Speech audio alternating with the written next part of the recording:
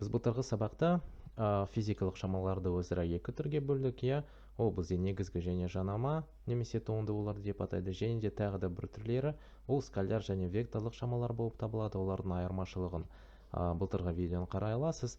Енді біз нақты векторларға тоқталуымыз керек, өйткені векторларда анда бір математикалық аппарат бар, біз оны білу керекпіз, иә. Жалпы векторлар, оны не екенін айтпай ақ қояйын. Мысалы, оның бір түрі бар, ол коллинияр деп аталады.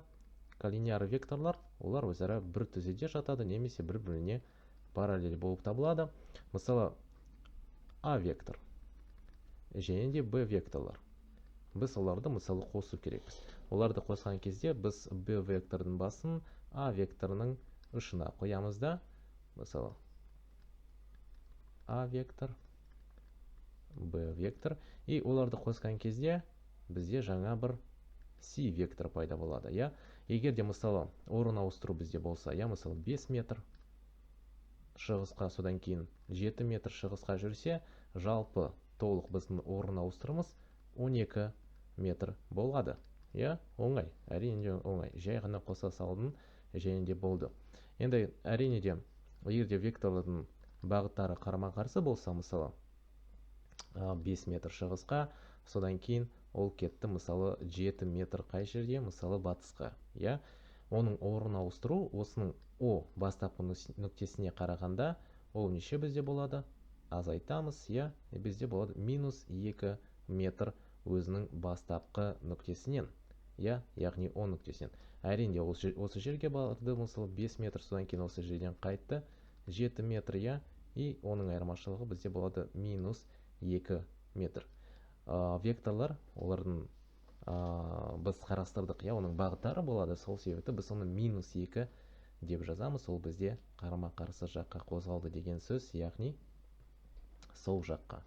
Ол осы коллинияр векторларды қосу және азайту мысалдары болып табылады. Енді біраз оны күрделендірейік, иә. Мысалы бізде коллинияр векторлар емес, осындай бір векторлар берсін, A вектор және де B вектор, иә. Біз оны қосуымыз керекпіз. Оның бірінші қосу түрі ол бізде үш бұрыш ережесі. Так, мынау жерде үйрек, иә, үш бұрыш ережесі. Мысалы, біз А векторды осылай қалдыра берейік, бірақ та Б вектордың біз проекциясын жүргіземіз, яғни Б вектордың басын А векторының ұшына қоямыз да дәл сондай түрмен көшіреміз. Мінекі Б вектор. Енді аламыз да осы жерде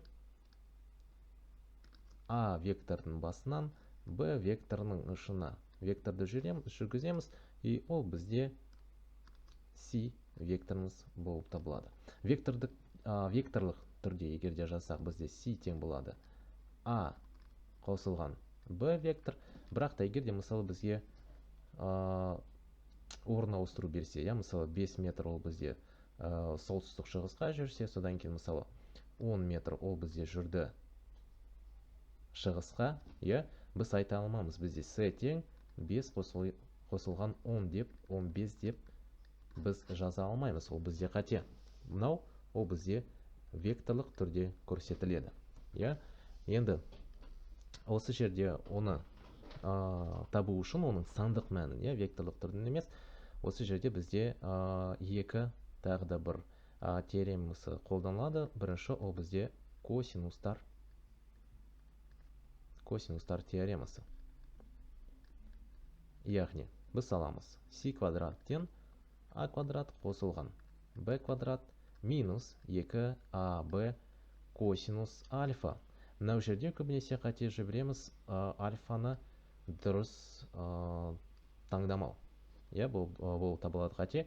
Яғни осы альфа ол бізде А және де Б векторлардың арасында болады. Мінеке, осы бұрыш бізде альфа бұрыш болып табылады. Кейбір кездерде мысалы беріледі осындай, бізде А вектор бар және де Б вектор бар, иә, олардың арасында бұрыш мысалы 30 градус делік, ол бізде альфа емес. Біз Б-ның проекциясын сызу керекпіз бірінші. Содан кейін осы А және де b векторының арасындағы бұрыш бізде альфа болып табылады. Осыған біз нақты назар аударуымыз керек, иә. И осы кезде содан кейін сині табу үшін, сині табу үшін бізде кетеді. Анда 5 квадрат қосылған, мысалы неше болды? Анда 10 квадрат минус 2 көлтірген 5 көлтірген 10 косинус, мысалы қайсы бір бұрыш альфа и түбір астында. Осылай біз оны сандық мәнін таба аламыз. Я жай ғана қоса салмай 5 пен 10-ды. Ол бізде векторлық болып табылады. Мінеке бірінші, ол бізде косинустар теоремасы. Ұшбұрыш ережесі қолдандық, содан кейін косинустар теоремасын қолдандық. Енді әрі қарай кеттік.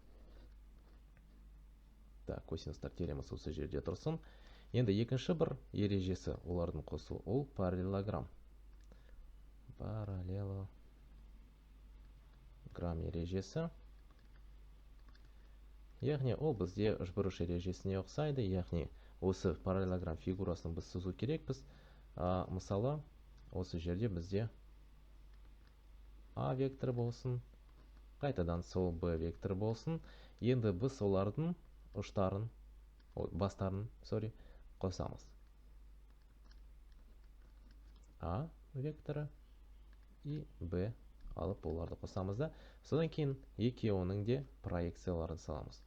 Мінеке мынау жерде Б векторының проекциясы, и мынау бізде А векторының проекциясы, и соңында біз олардың қиылысатын жерлерін, яғни А мен Б-ның бастапқы нүктелерін және де олардың қиылысатын ұштарын қосамыз да, бізде осы жерде С векторымыз пайда болады.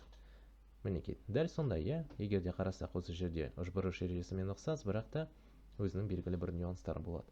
И осы жерде біз тағы да бір ережені қосу, теоремасын қолдануға болады, ол бізде синустар теоремасы. Синустар теоремасы. Ол бізде геометриядан екері барлығы отыр, сол себепті физиканы қоса біз геометрияны өте жақсы бөлу керекпіз. Енді осы жерде А векторын алып, Б векторын алып, осы жердегі бұрыш, мысалы, қазір гамма деп алайық. Б векторына қарама-қарсы жатқан бұрыш бізде бетта болсын, және де А векторына қарама-қарсы жатқан бұрыш альфа болсын. Сол себепті біз оны осылай жазамыз. А бөлінген синус альфа тең болу керек. Б бөлінген синус бетта и тең болу керек С бөлінген синус гамма. Яғни кейбір кездерде бізде Б-ның шамасы және де бұрышы беріледі, сол себепті, мысалы, мынау екеуін алып, біз С-ді өте оңай таба аламыз. Мінеке бізде осы синустар теоремасын біз параллелограмм ережесін қолданып таптық. Енді осындай бір мысалды қарастырайық. Көбінесе кездесетін бізде есептер. Мысалы, осы жерде бізде бір вектор болсын, и дәл сондай осы жерде бір вектор болсын. Мысалы, мынау жерде ол 10 ньютон болсын, мынау жерде ол 10 ньютон болсын. И осы жерде бізде айтылып жатыр, мысалы, бір шелекіленген, и ол барлық осы жүйе тепе-теңдікте болу үшін осы шелек қанша салмақ екенін табу керекпіз. Осы жерде біз не істейміз? Бізде уже параллелограмм ретінде берілген, біз жай ғана олардың проекцияларын саламыз. Мысалы, қалай бізде болды осылай? Тоже он вектор, мынау векторның проекциясы и мынау векторның проекциясы. Мысаламыз да, енді оларды қосамыз. Мінеке мынау жерде біздің С векторымыз. И осы тепе-теңдікте болған кезде біздің С векторымыз осы күшке тең болып табылады. Бірақ та егер де бізде айтса, ол тепе-теңдік түрінде берілсе. И осы жерде С векторын табу үшін, мысалы, бізде қаншалықты дерек? Мысалы, осы жерде градус дерек 100 градус. Енді мынау жерде мынауда 10 ньютон болсын, біз мынау оң жақтағы үшбұрышты алайық. Я, мінекей осы үшбұрышты алайық. Мынау жерде 10 ньютон, 10 ньютон. Енді мынау жерде 100 градус ол толығымен, бірақ та мынаның енді жартысы ол 50 градус болады. Мынау жерде де 50 градус болады. Енді үшбұрыш, мынау жердегі альфа бұрышты табу үшін, біз не істейміз? Мынау үшбұрыштың толық бұрышы ол бізде 180 градус. Яғни 180 градустен 50 градус минус, плюс 50 градус и плюс альфа, яғни альфамыз неше болады? 80 градус. Альфа-тен 80 градус. И осы оңай түрде сиді таба аламыз. Ол а квадрат қосылған б квадрат минус 2аб косинус альфа. Әрине де біз оны табуға болады синустар теоремасы арқылы, бірақ та көбінесе осы косинустар теоремасын қолданамыз. Си-тен, яғни 10 квадрат қосылған 10 квадрат минус 2аб косинус мысалы 80 градус. И калькуляторды қолданып, оңай түрде біз осыны шеше аламыз. Тағы да бір есепті қарастырайық. Бір мысал ретінде көбінесе кездесетін, ол бізде Пифагор теоремасын қолданамыз енді осы жерде. Мысалы А және де Б векторлы берілген. И осы жерде тағы да бір С векторымыз бар. Мынау мысалы А вектор, Б вектор, және де мысалы С вектор. Бізде қайтадан айтып тұр, ол жүйе бізде тепе-теңдікте тұр. Тепе-теңдікте. Негізгі шарт ол бізде тепе-теңдік.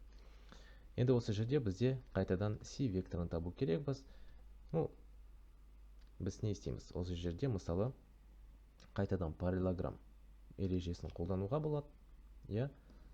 Проекциялардың сызамыз. Енді аның проекциясын сызамыз. И осы жерде бізде мінеке мынау С вектор болып табылады. С векторы даже минус С болып табылады. Шамасы жағынан. Яғни С ол минус С-ға тең.